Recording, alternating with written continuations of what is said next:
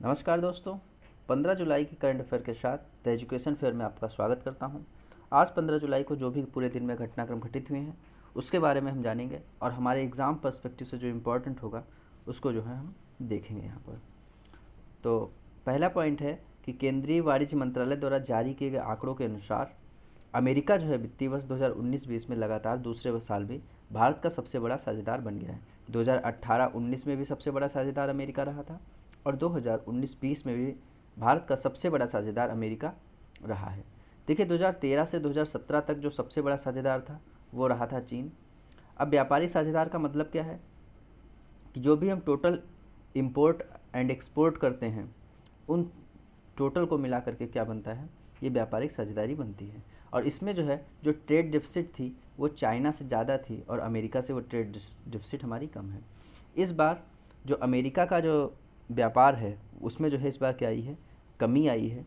और अमेरिक चाइना से जो हम व्यापार कर रहे हैं उसमें लगभग 7 to 8 बिलियन डॉलर कमी आने का अनुमान लगाया जा रहा है। और वही अमेरिका से जो हमने ये व्यापार किया है वो इस वर्ष में 2019 और 20 में वो व्यापार कितना रहा है, वो रहा है 88.75 बिलियन डॉलर, जो कि पहले से जो है लगभग 1 ट्रिलियन ज़्यादा है।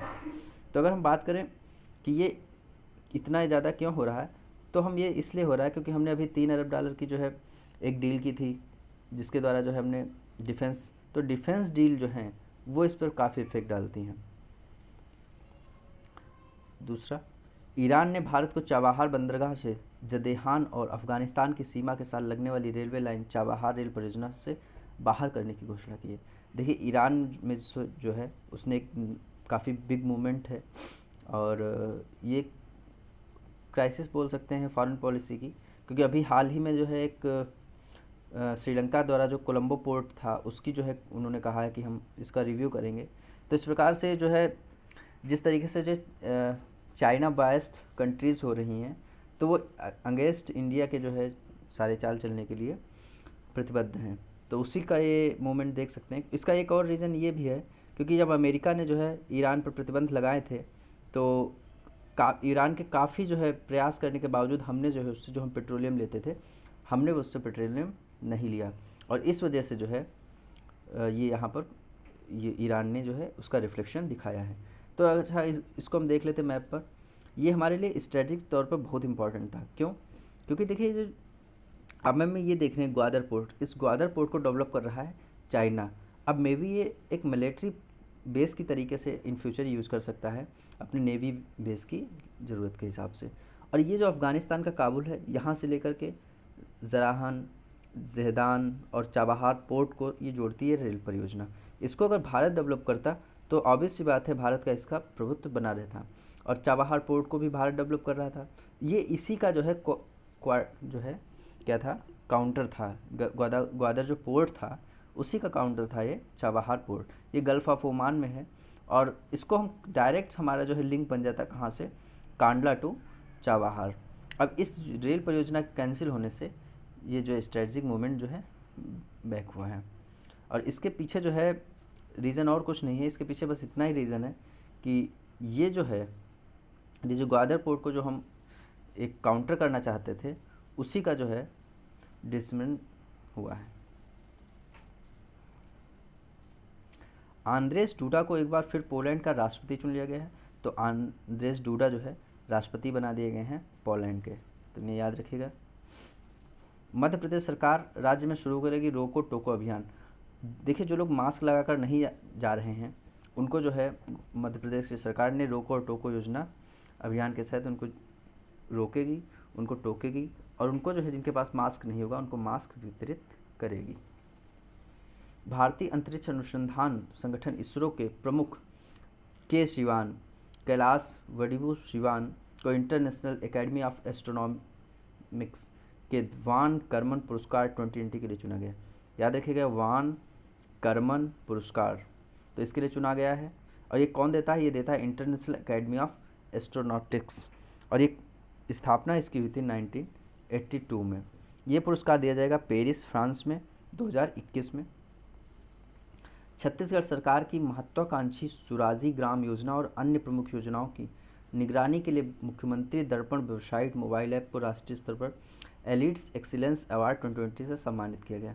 देखिए छत्तीसगढ़ है, छत्तीसगढ़ में जो योजनाओं को देखने के लिए, उनकी जो है मॉनिटरिंग करने के लिए एक जो वेबसाइट थी मुख्यमंत्री दर्पण वेबसाइट और मोबाइल ऐप, इसको जो है एलीट एक्सीलेंस अवार्ड 2020 से सम्मानित किया गया है।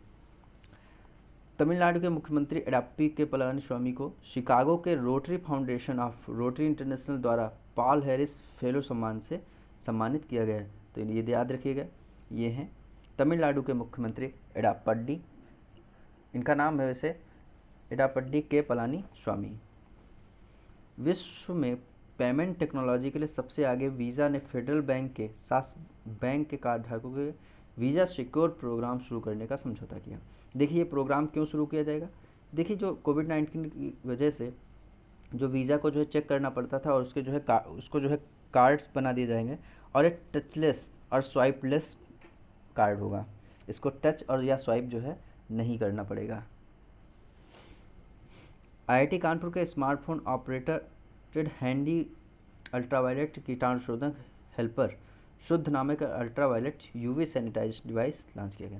देखिए अभी तक कई सारी ये जो है यूवी बेस्ड जो डिवाइसेस बनी हैं, लेकिन ये जो है यूवी बेस्ड सैनिटाइजिंग डिवाइस इस प्रकार की है, ये पहली चीज़ तो मोबाइल से कनेक्टेड होगी, और इसमें जो है 15 मिनट में 10 बाई 10 के एक कमरे को पूरी तरीके से सैनिटाइज किया जा सकेगा। ऐसे ही एक ध्रुव बनाया गया था, ध्रुव, एक ध्रुवा, ऐसे कई सारी जो है बनाई गई, कुछ डीओ द्वारा भी बनाई गई हैं, तो इन्हें याद रखिएगा। बीसीसीआई ने हेमांग अमीन को बनाया अपना अंतरिम सीईओ। देखिए राहुल जौहरी जो इसके सीईओ थे, उन्होंने इस्तीफ़ा दे दिया है, तो अब उसमें सीईओ कौन बन गए हैं? ये बन गए हैं हेमांग अमीन। चलिए कुछ प्रश्न देख लेते हैं। वित्तीय वर्ष 2019-20 में लगातार दूसरे साल भी भारत का सबसे बड़ा व्यापारिक साझेदार कौन है? तो रहा है अमेरिका। अमेरिका सबसे बड़ा व्यापारिक साझेदार रहा है। मैप में देख सकते हैं, ये है अमेरिका। इसका कुछ पोर्शन इधर है और कुछ पोर्शन जो है कनाडा के बराबर में है, और उसके नीचे पड़ता है मैक्सिको, ऊपर पड़ता है कनाडा। किस देश ने भारत को चाबहार बंदरगाह के नज़दीक चाबहार रेल परियोजना से बाहर करने की घोषणा की है? तो ये जो है ईरान ने एक घोषणा की है, और ईरान जो है भारत को इस परियोजना से बाहर कर रहा है। याद रखिएगा, ईरान सिर्फ जो है रेल परियोजना से भी बाहर कर रहा है, और उसकी जो बंदरगाह को हमने डेवलप किया है उससे जो है कोई बात नहीं है। पोलैंड में हुए चुनाव में एक बार फिर किसे राष्ट्रपति चुना गया है? तो ये चुना गया है आंद्रेस डूडा को। अगर हम बात करें माइकल मार्टिन की, तो यह कहाँ के हैं? आयरलैंड के प्रधानमंत्री हैं। गुडनी जोहानसन, ये आइसलैंड के प्रेसिडेंट हैं। व्लादिमीर पुतिन, ये 2036 तक जो रूस के जो है राष्ट्रपति रहेंगे। अगर हम बात करें पोलैंड की, तो पोलैंड जो है इसकी राजधानी है वारसा, और इसकी करेंसी है Polish zloty. International academy of astronautics के वान कर्मन पुरस्कार 2020 के लिए किसे चुना गया? तो ये चुना गया है के सिवान को। और के सिवान कौन है? ये इसरो के चीफ हैं।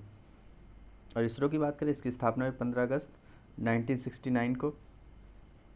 और 2017-18 का जो इंदिरा गांधी शांति पुरस्कार है, वो भी जो है के सिवान को दिया गया था।